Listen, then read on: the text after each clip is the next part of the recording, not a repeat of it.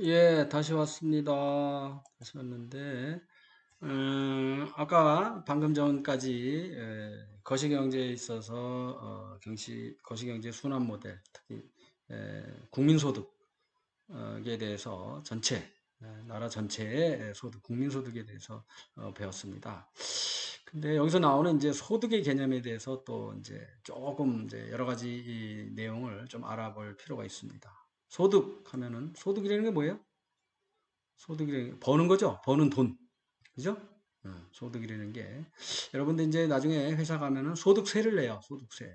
소득세는 소득에 대한 여러 가지 소득이 있는데, 소득의 종류는 그럼 어떤 게 있느냐. 요거 알아보기 전에 먼저 소득이란 개념이 있고 또 임금이라는 개념이 있어요. 소득이나 임금이나 뭐 그게 그거잖아요. 그죠? 그렇게 생각되잖아요. 근데 엄연한 차이가 있습니다. 이런 차이점을 잘 알아야지 여러분들이 어느 저기 용어를 구사를 정확하게 할 수 있어요. 소득이라는 게 뭐예요? 노동자 입장에서 근로자 일하는 사람 입장에서 버는 돈을 얘기하는 거예요. 소득. 임금이라는 게 뭐예요? 사용자 입장, 회사 입장에서 주는 돈, 임금. 그렇죠? 임금 수준이 얼마야? 뭐 이런 얘기 많아요. 어? 임금 비용이 너무 인건비, 또 인건비 내지는 임금이라 합니다. 그건 이제 회사 입장에서 보는 거예요. 그래서 여러분들이 나중에 회사 경영이나 전체 회계나 이런 게 관리할 때 이런 용어, 임금, 인건비라는 이제 얘기를 이제 많이 합니다. 그래서 나중에 가면은 인건비, 저렴한 인건비를 위해서 생산 원가를 낮추기 위해서 해외 투자가 이루어지고 뭐 이런 얘기가 많이 나와요. 그거는 그때 가서 또 얘기를 하도록 하겠습니다. 그래서 이런 차이가 있어요. 자, 그럼 이제 소득이라는 개념이 이제 우리가 받는 돈이에요. 노동의 대가죠. 노동의 대가. 그래서 받는 건데, 자, 소득의 종류에는 크게 보면은 경상소득과 비경상소득이 있습니다. 경상소득인 게 뭐 경상도에서 주는 소득이라는 얘기가 아니고요. 항상 주기적으로 주는 소득, 주는 게 아니죠. 받는 거죠. 노동자가 받는 거를 경상소득, 뭐 매 월이 됐든, 주급이 됐든, 뭐, 여러 가지가 있죠. 월급이 됐든, 뭐, 요새는 전체적으로 연봉을이라는 개념을 많이 써요. 경상소득을 있는가 하면은 경상적으로 주지 않는 어쩌다 주거나 그런 거를 이제 비경상소득이라고 합니다. 자 보면은 그래서 경상소득에도 근로소득이 이게 가장 많이 쓰는 근로소득입니다. 근로소득이 뭐 말 그대로 일을 했어요. 하루에 8시간씩 요새는 주 40시간인가요? 그래서 40시간 보통 이제 8시간 곱하기 5일 하는데 40시간인데 주 50시간을 뭐 초과하지 못하도록 또 근로기준법도 바꾸고 뭐 이런 식으로 그래서 그게 그 개념이 이제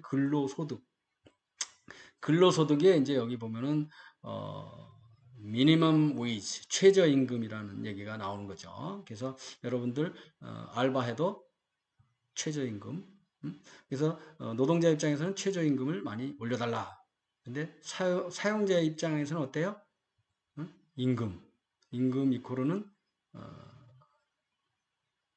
생산 비용입니다. 비용 개념으로. 그러니까 사용자 입장에서는 회사 입장에서는 가급적이면 적게 주려고 그러고 근로자 입장에서는 가급적이면 많이 받으려고 하는 거죠. 그게 근로소득입니다. 근로소득은 노동의 대가입니다. 일을 하면은 거기에 돈을 이제 받는 거죠. 그리고 소득 발생 주기는 정기적으로 받는 거예요. 그죠? 임금 형태로 주는 거고. 이게 결국은 노동을 제공하는 대가로 받는 게 근로소득이라는 개념입니다. 이와 다르게 이제 사업소득이라는 게 있어요. 사업소득은 무슨 개념이에요? 이거는 회사의 입장에서 사업소득입니다. 사업에서 사업장이 벌어들이는 돈을 소득이라고 그래요. 사업장에서 종업원들한테 주는 거는 아까 임금이라고 그랬죠. 근데 이거는 사업장에서 버는 소득이라는 게 뭐예요?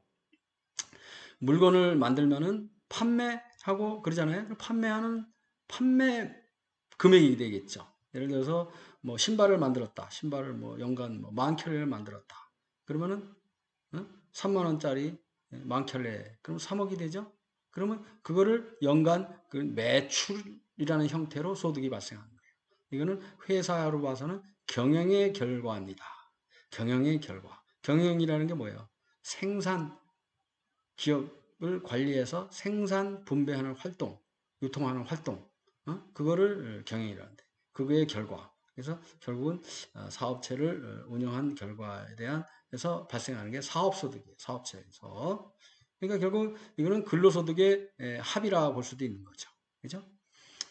근데 이거는 이제 근로소득이나 사업소득이나 다 뭐 어떤 경제 행위를 통해서 노동이라는 걸 투입을 해서 어떤 활동을 해서 얻는 소득입니다. 근데 그런 노동을 하지 않고 생기는 소득이 있어요. 그걸 뭐라 그래요? 불로소득이에요. 불로소득. 이건 노동소득인데 불로소득. 불로소득 하면은 뭐 조금 개념이 조금 일도 안 하고 받아? 뭐 이제 그런 개념이죠. 그런데 그건 좀 나쁜 개념이고 뭐 이거는 노동의 대가가 아니면서 소득이 생긴 거를 불로소득입니다. 그게 뭐가 있어요? 재산소득. 자, 토지나 자본, 그 땅이 있어요. 땅이 있으면은 땅을 빌려주고 이제 렌트 개념이죠. 또 자본도 자본이라는 게 유형 자본이 있고 무형 자본이 있습니다. 유형 자본은 뭐예요? 건물, 응? 뭐 이런 거죠. 그래서 토지나 건물 이런 거는 어떻게 해요? 임대를 해주죠. 임대.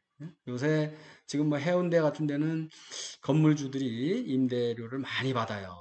그래서 결국은 거기 그 저기 저 가게 같은 걸 임대해서 돈을 벌어서 임대료를 매달 얼마씩 내잖아요. 근데 매일 저기 올라가니까 잘 매출은 안 일어나고 그러니까 힘든 거예요.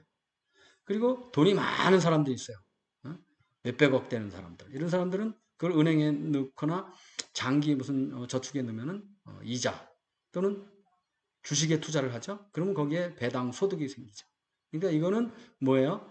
근로 내가 몸으로 일을 해서 버는 소득이 아니라 자기 가지고 있는 재산을 제공함으로써 돈을 버는 그런 이제 소득이 되는 겁니다. 자, 이게 이제 근로소득과 이제 재산소득인데 이게 이제 여기서 이제 자본주의와 공산주의 얘기가 나오는데 지금은 뭐 그런 개념이 다 없어졌어요. 옛날에는 러시아나 중국 같은 데는 이런 임대소득, 렌트라는 개념을 인정을 안 합니다. 공산주의에서는 오로지 근로의 대가, 그래서 노동자 천국 뭐 이래서 공산주의가 이상적이다라는 얘기를 하는데 지금은 전부 다 지금 사회주의로 가고 있죠. 자본주의에서도 임대소득이나 이런 것도 너무 많이 받으면 안 되고, 그래서 적당히 받아라.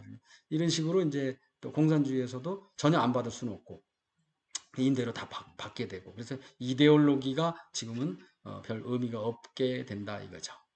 그래서 요새 코로나 때문에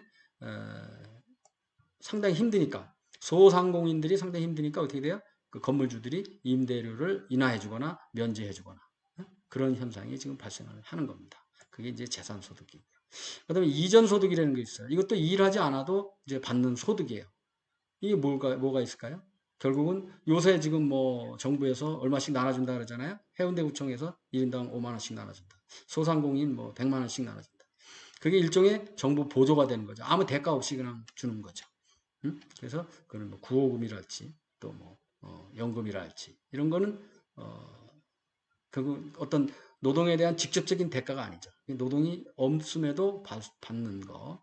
그래서 그는 정부나 어떤 공공단체로부터 이전을 받는다 해서 이전소득이라고 합니다. 이게 이제 이게 주기적으로 받는 게 되는 거겠죠. 연금 같은 경우도 그렇고. 물론 이제 구호금이나 이런 거는 일회성일 수도 있죠. 비정기인데. 근데 하여튼 이전 소득, 노동이 없이 받는 소득. 그죠?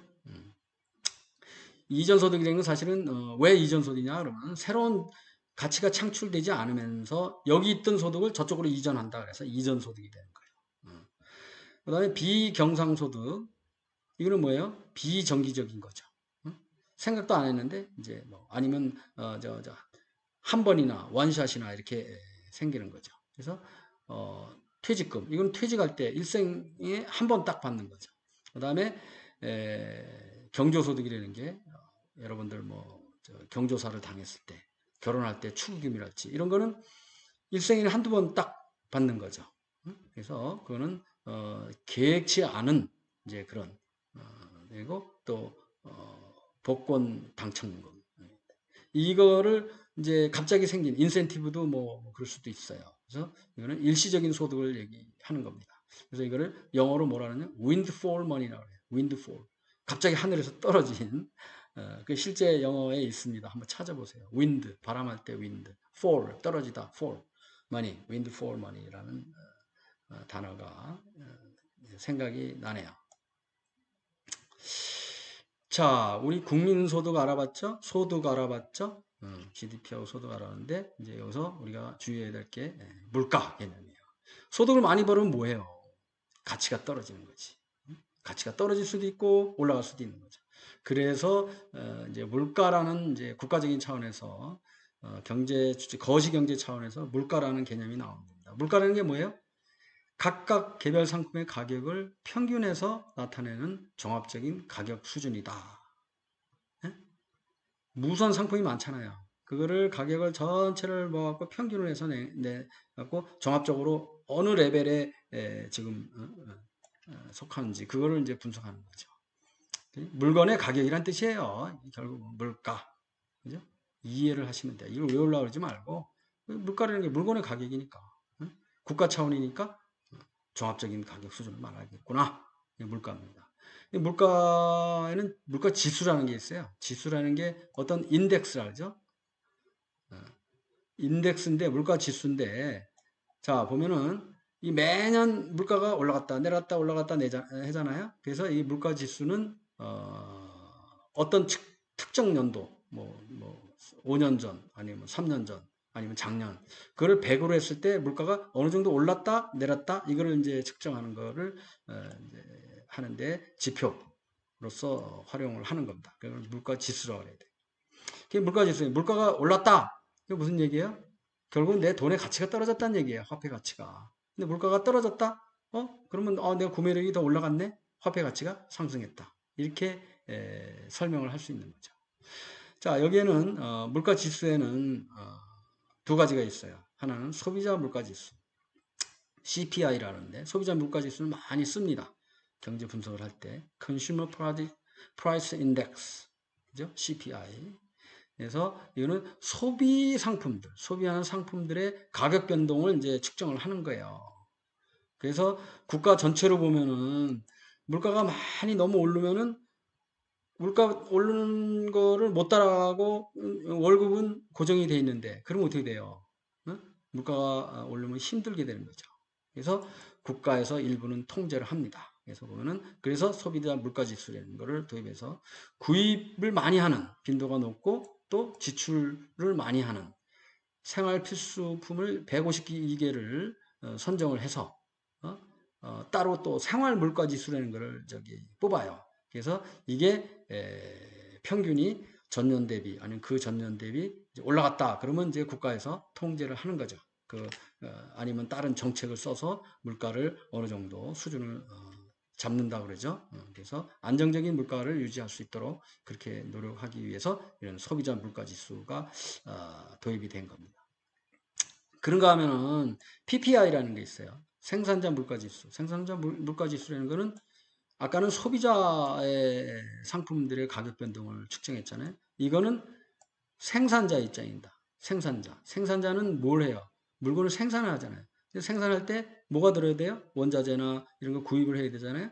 근데 상품이 딱 만들어 내면은 그 상품의 가격이 있잖아요. 가격. 그 가격. 평균 상품의 그러니까 생산자 입장에서 평균 비용 가격을 산정해서 생산자 물가 지수를 뽑아내는 겁니다. 그래서 생산자 물가 지수가 올라가면 어떻게 돼요? 그거를 결국은 소비자한테 전가하는 생산 비용이 올라간다 그러면 제품 가격이 뛰죠? 그죠?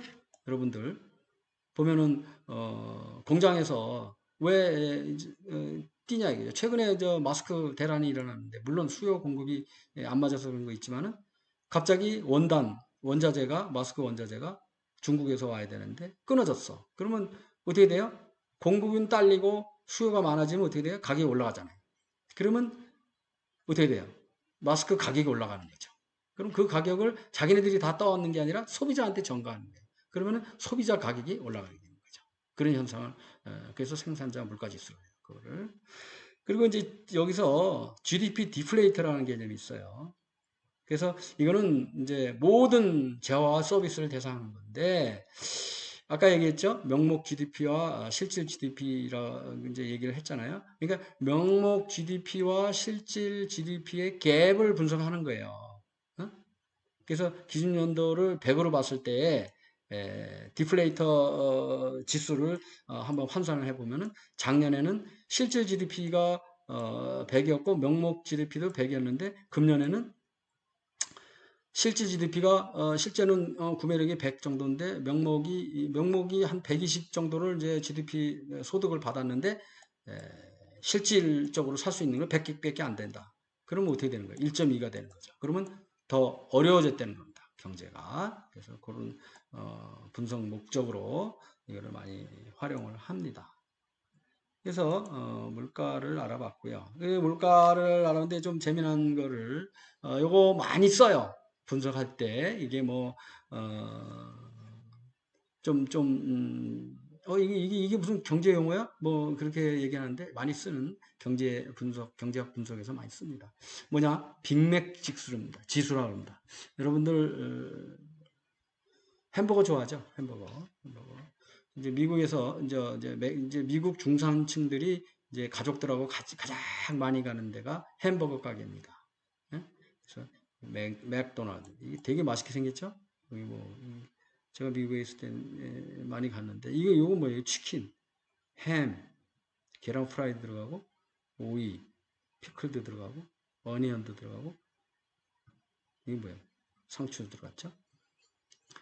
이 햄버거가 맥도날드가 처음에 이제 시작하고 세계적인 체인망이 제일 많습니다. 이게 이제 세트 메뉴를 이렇게 파는데 물론 버거킹에서도 똑같이 이제 이렇게 만듭니다. 그래서 거의 이제 양대 햄버거 가게인데 물론 이거는 큰 체인망을 갖고 있는 게 전 세계에 버거킹에서 대표적인 햄버거는 뭐예요? 이거 어떤 사람은 후퍼라고 있는데 후퍼가 아닙니다. 와퍼입니다. 와퍼. 와퍼. 여기는 맥도날드에서 뭐예요? 빅맥이죠. 이제 빅맥이 전 세계의 체인망에 통해서 우리나라도 이게 한 몇 년도 들어왔나? 70년대, 80년대 초. 네. 처음에 들어올 때 진통도 많았어요. 저기에서 뭐 감자를 프라이에 쓰는 감자를 뭐 미국산을 써야 된다. 뭐 그래서 막 처음에 허가도 안 내주는데 하여튼 우리나라에 들어왔어요.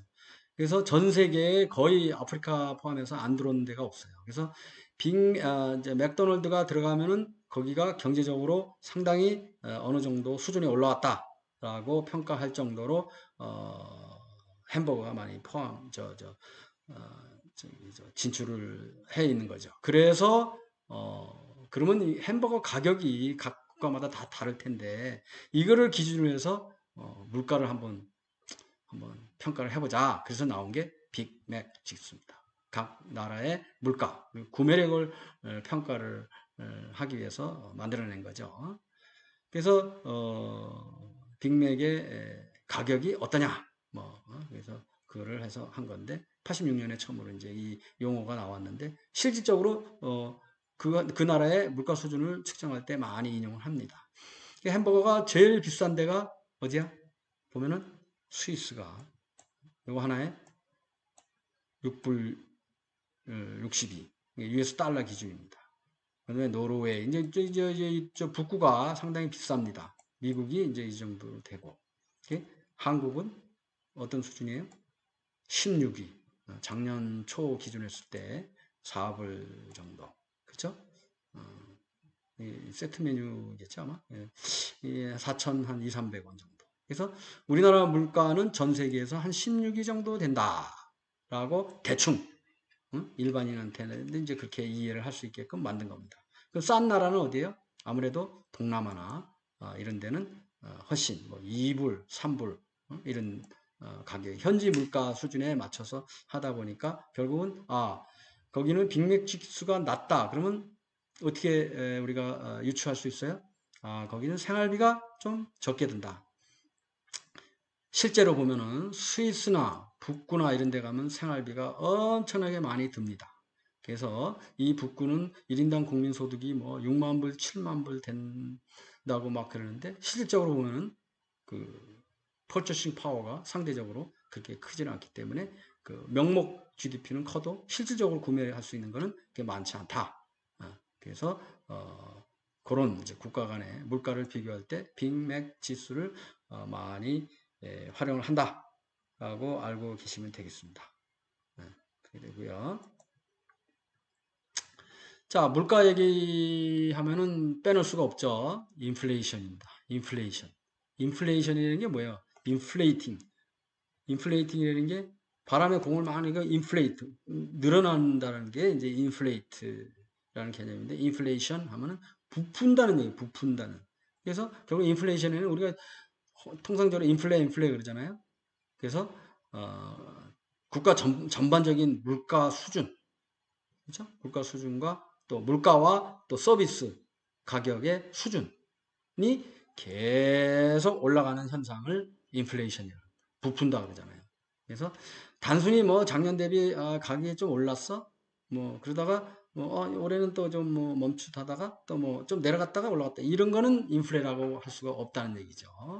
그래서 전반적으로 전 물가가 국가의 뭐 의류, 뭐 신발, 또 뭐 소모품, 뭐 이런 거 서비스 가격이 전반적으로 올라가는. 그리고 지속적으로 이렇게 계속 올라가는 거를 인플레 현상이라는 거예요. 인플레 현상. 그렇게 되면 어떻게 돼요? 통화 가치는 픽스된 거죠. 고정돼 있는데 이게 저 가격이 올라가면 어떻게 되는 거예요? 그러면 실질적인 구매력은 감소를 하게 되는 거죠. 통화 가치도 감소를 하게 되는 거죠. 그렇죠? 돈을 옛날에 월급을 150만 원 받았는데 3년 전에 150만 원과 지금의 150만 원. 월급은 똑같아. 안 올려줬어. 근데 생활비는 많이 올라가잖아요. 물가는 계속 올라가잖아요. 그러니까 더 힘들어지는 거죠. 그래서 인플레가 가급적이면 안 나는 게 일반 가게에서 생활하기는 좋은 거죠. 근데 그러다 보면 또 문제가 발생한다. 이건 다음 페이지에 얘기를 하겠습니다.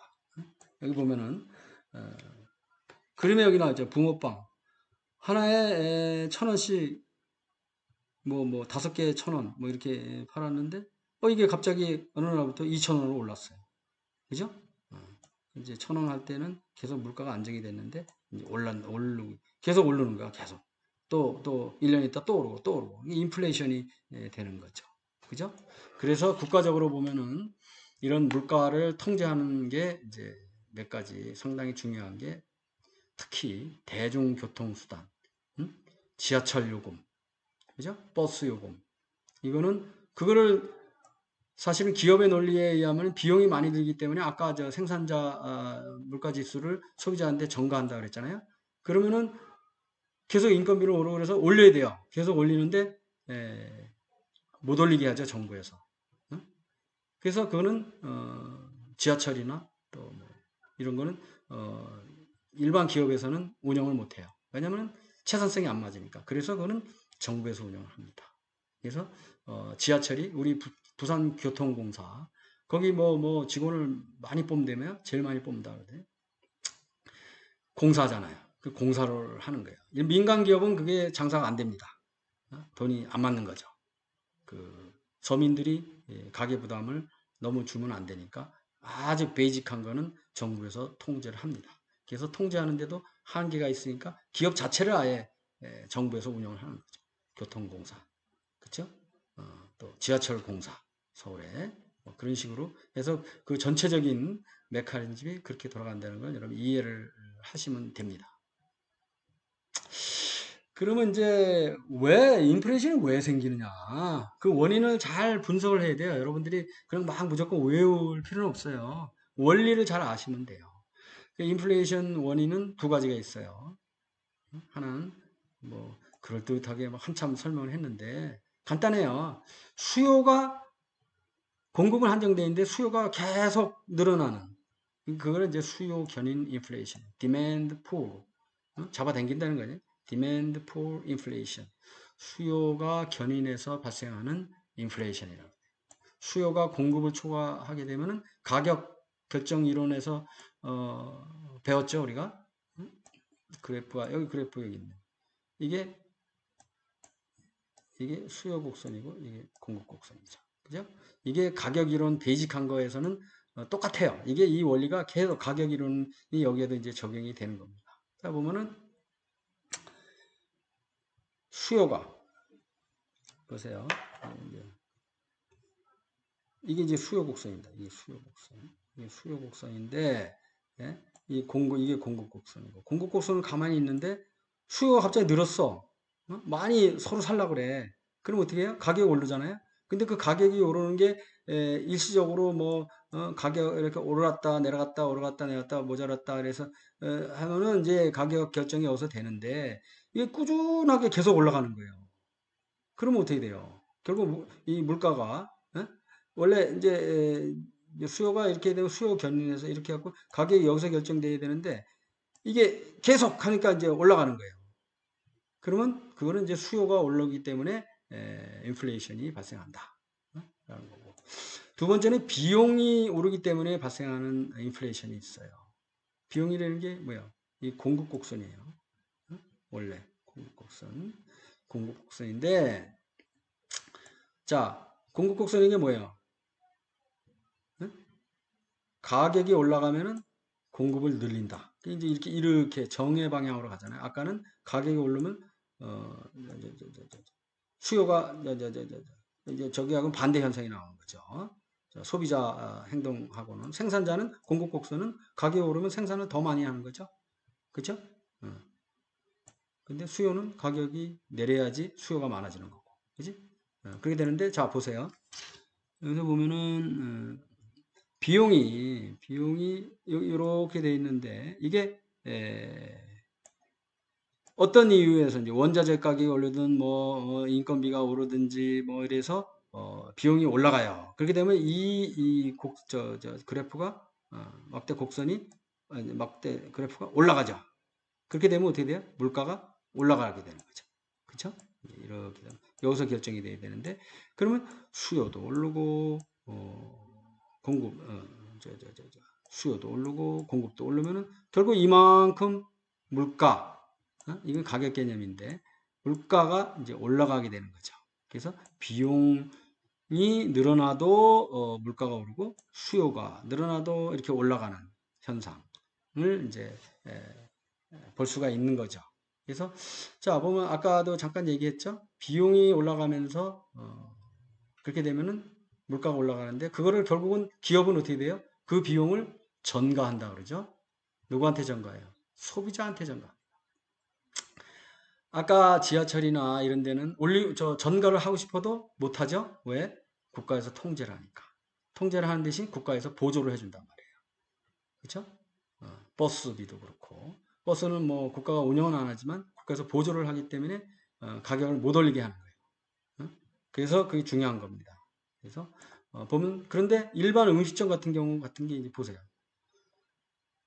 해운대 뭐 무슨 뭐 식당이 있어요. 한식집이 있다. 근데 임대료가 계속 올라가는 거예요. 매년. 그럼 어떻게 해? 그 임대료 가지고 비용이 많이 발생하니까 비용이 계속 올라가는데 뭐 그렇죠? 그럼 자기네 마진이 별로 안 생기는 거예요. 이익이 안 생기니까 그거를 결국은 소비자한테 전가를 하게 돼요. 그럼 어떻게 되는 거야? 아이씨, 그러면 우리 못 살겠다. 이제 이렇게 나오는 거지. 비싸서 뭐. 그럼 자꾸 이제 뭐 또 싼 데로 가게 되고 뭐 이렇게 되는 겁니다. 그래서 인플레가 이 두 가지 원인에서 발생하는 겁니다. 자, 그럼 이 인플레가 앞장에서 얘기했잖아요. 인플레가 발생을 안 하면 상당히 좋죠. 근데 정부가 의도적으로 어느 정도의 인플레는 필요하다. 그래서 인플레를 조장을 하는 경우가 가끔 있다 이거죠. 상당히 경기가 어려울 때에 하는 겁니다. 인플레이션의 반대는 디플레이션입니다. 다음 장에 이제 얘기했지만 디플레이션이라는 게 뭐예요? 결국 이 반대가 되는 거죠. 수요가 공급을 초과하는 게 아니라 공급이 수요를 초과하는 거죠. 그래서 그거는 사실은 인플레보다 더 힘든다는 얘기죠. 공급이 초과 수요보다 공급이 많으면 어떻게 돼요? 재고가 생기고 물건이 생기고 그럼 공장이 잘 안 돌아가고 이렇게 되면 사실은 더 어려운 거예요. 상당히 어려운 거예요. 그래서 이거보다는 차라리 어느 정도의 인플레가 있으면은 가격이 좀 올라가도 그래도 경제가 계속 순환이 되니까 좋다 이거죠. 그래서 일부러 그 인플레이션을 국가적으로 용인을 하는 거죠. 그래서 예를 들면 이제 미국의 양적 완화라는 게 있습니다. 이 금융 이제 통화 정책 중에 하나인데 요거는 일부러 인플레를 발생할 수 있게끔 통화를 더 찍어내 돈을 더 찍어낸다든지 그래서 경제 전체를 컨트롤하는 거죠. 그래서 이런 게 있고 또 일본의 아베 총리가 아베노믹스 정책을 피는 거죠. 요것도 한참 설명하면 오래 걸리니까 인터넷이나 이런 데서 찾아보십시오.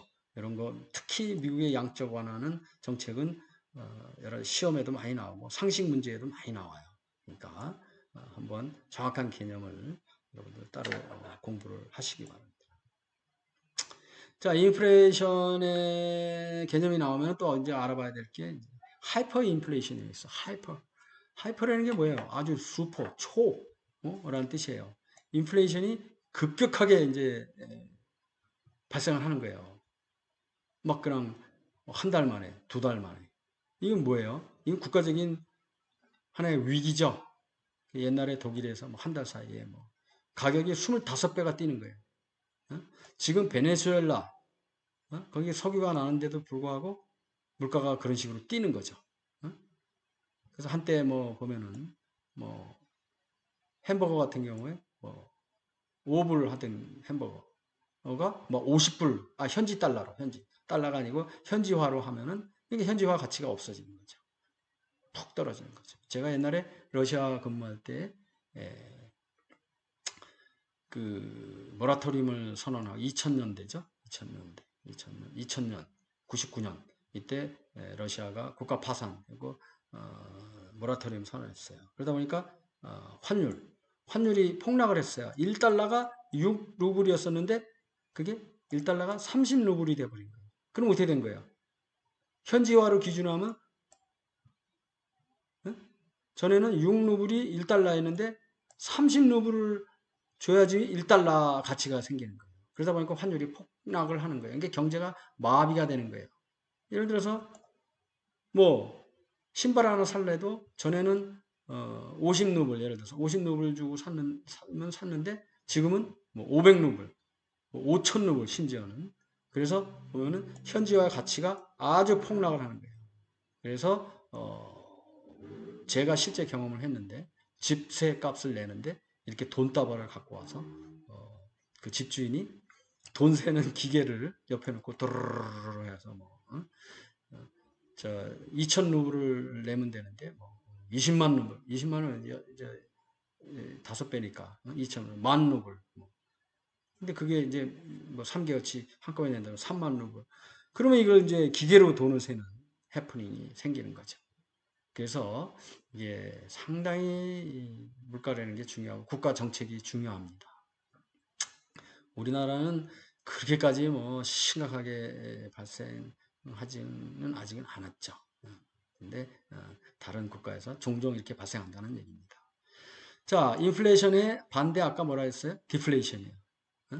그래서 서비스 가격, 물가와 서비스의 가격이 계속 하락을 하는 거죠. 왜 하락해요? 수요는 줄어드는 거죠. 수요가 줄는데 공급은 많아지고. 디플레이션 하면 경기 불황이라고 그래요. 이거를 불황으로 들어갑니다. 이게 상당히 위험한 거예요. 인플레이션보다 더 위험한 겁니다. 왜냐하면 이건 공급 측면에서 문제가 있기 때문에 이제 물건을 많이 만들었어요. 테레비니 뭐 자동차 많이 만들었는데 팔리지가 않는 거예요. 그러면 어떻게 돼요? 그러면 자동차 공장에서 재고가 계속 쌓이잖아요. 그럼 어떻게 돼요? 공장 가동이 잘 안 되는 거죠. 공장 가동이 안 되면은 그 원부자재 사는 그 관련 공장들도 다 힘들어지고 문 닫아야 되고, 그죠? 응. 그래서 디플레이션은 인플레이션보다 더 어렵다. 그러면 거기에 문 닫게 되면 거기에 종업원들 다 월급도 못 받고, 그죠? 나라 경제 전체가 힘들어진다. 디플레이션. 근데 이게 이제 또 더 힘든 아주 웃기는 현상이 발생을 하게 되는데 스태그플레이션, 인플레이션하고 스태그네이션. 스태그네이션은 뭐예요? 경기 침체야, 경기 침체. 아까 얘기했잖아요. 물건이 안 팔리는 거죠. 물건이 안 팔리는데도 물건이 안 팔리면 가격이 내려가야 되는데 이게 또 가격은 또 올라요. 아주 희한한 현상이 발생하는 거죠. 그거를 스태그플레이션이에요. 이렇게 되면은 아까 얘기했던 디플레이션보다 더 큰 현상이 생기는 거죠. 그렇죠? 그러면 이제 아까 공장이 문을 닫게 되고 그러면 새로운 직원을 뽑지 않게 되고 실업률이 증가하고 또 소비도 계속 감소하는 거예요. 미국은 저축하는 걸 별로 권장을 안 해요. 왜냐? 소비를 해야지 경제가 돌아간다. 그죠? 소비는 미덕이다. 그런 말이 있어요. 그래서 미국에서는 그 신용카드를 많이 쓴 사람, 그리고 은행에서 융자를 많이 받은 사람이 훨씬 신용이 좋아요. 우리나라처럼 은행에 돈 많이 저축해 놓고 이런 사람은 신용이 별로 없어요. 크레딧이 없어요. 재미난 현상이죠. 그래서 경제가 막 잘 돌아가려면은 이렇게 활발하게 움직여야 된다. 그래서 스태그플레이션이 가장 큰 문제가 되는 겁니다. 보면은 저물가에다가 내수가 이제 안 팔리고 물가도 낮고 이렇게 된 게 나중에는 물가는 물가대로 올라가고 또 물건은 물건대로 안 팔리고 이게 이제 스태그플레이션. 이게 상당히 문제가 되는 경제 전체로 봐서는 상당히 치명적인 상황입니다. 그래서 여기까지 가면 안 된다 이거죠. 그죠? 자, 지금까지 거시경제의 일부를 이제 했습니다. 그래서 지금 국민소득, 인플레이션 이 개념이 상당히 중요하기 때문에 알아봤고요. 다음 시간에는 이제 화폐 금융시장, 그죠? 경제가 우리가 처음에 배웠죠? 실물 경제와 화폐 경제, 금융 경제가 있어요. 대개 문제가 생기면은 요새는 화폐 경제, 금융 경제에서 문제가 많이 생겨요. 왜냐? 이 금융 경제는 실체가 없으면서 실물 경제가 백업을 해줘야 되는데 뒷받침이 안 된 상태에서 계속 번식을 하는 거야. 부풀리고 늘어나고 그러다 보면 나중에 문제가 생기면은 실물 경제에 영향이 옵니다. 실물 경제에 영향이 오면은 아까 얘기했듯이 뭐 실업 문제, 뭐 전체적인 국가 경제에 실제 물건이 안 팔리고 고용이 안 되고 이렇게 이제 문제가 발생하는 거예요. 그래서 그런 부분에 대해서는 이제 다음 시간에 좀 알아보겠습니다. 그래서 실업이랄지 뭐 그런 이제 거시적인 화폐 문제 그게 되고 그 다음에는 뭐 시간이 되면은 뭐 국제 수지, 환율 문제 이런 것도 이제 같이 터치를 하고 그래서 원래는 이제 이게 대면 강의를 하면은 이걸 하면서 중간중간에 논술을 문제를 같이 풀어보고 실제 할 수 있는데 시간이 너무 이게 짧으니까 일단 개념 설명만 이렇게 하는 겁니다. 지금 일부 학생들은 이게 상당히 너무 어렵고 길다라고 지난 시간에 50분짜리가 있었더라고요. 그래서 갑자기 뭐 제가 짧게 하려고 노력을 하는데 근데 이 경제학은 되게 중요한 겁니다. 여러분들이 기본적으로 알아야지 이 개념을 알아야지 평생 이게 여러분들 인생에 있어서 평생 이게 적용되는 그런 용어들이니까 좀 어렵더라도 좀 열심히 하시고 또 언제든지 이해가 안 가는 부분이 있으면 저한테 연락을 주세요. 단체 수업은 안 되지만 개별적인 뭐 전화도 좋고 이메일도 좋고 또 뭐 혹시 학교 올 기회가 있으면 개별적으로 찾아오는 거는 뭐 큰 문제는 없지 않는가 이렇게 생각하는데 하여튼 코로나 때문에 대면 수업을 못해서 상당히 저기인데 대체할 수 있는 방법을 하는데 여러분들 열심히 해야 됩니다. 경제학은. 그래서 하시고 제가 최대한 도와드릴게요. 과제를 그냥 이번에는 간단하게 했어요. 아까 우리 여기 자료에 나오는 건데 인플레이션이 뭔지, 인플레이션이라는 말이 많이 쓰기 때문에 이거를 한번 이게 뭔지, 정의가 뭔지, 인플레이션 종류가 뭐고 또 우리 경제에 어떤 미치는 영향이 뭐가 있는지를 그냥 평이하게 써도 좋고 해서 과제를 내시면 되겠습니다. 자, 오늘은 여기까지 하고 다음 시간에 또 뵙도록 하겠습니다. 예, 고맙습니다.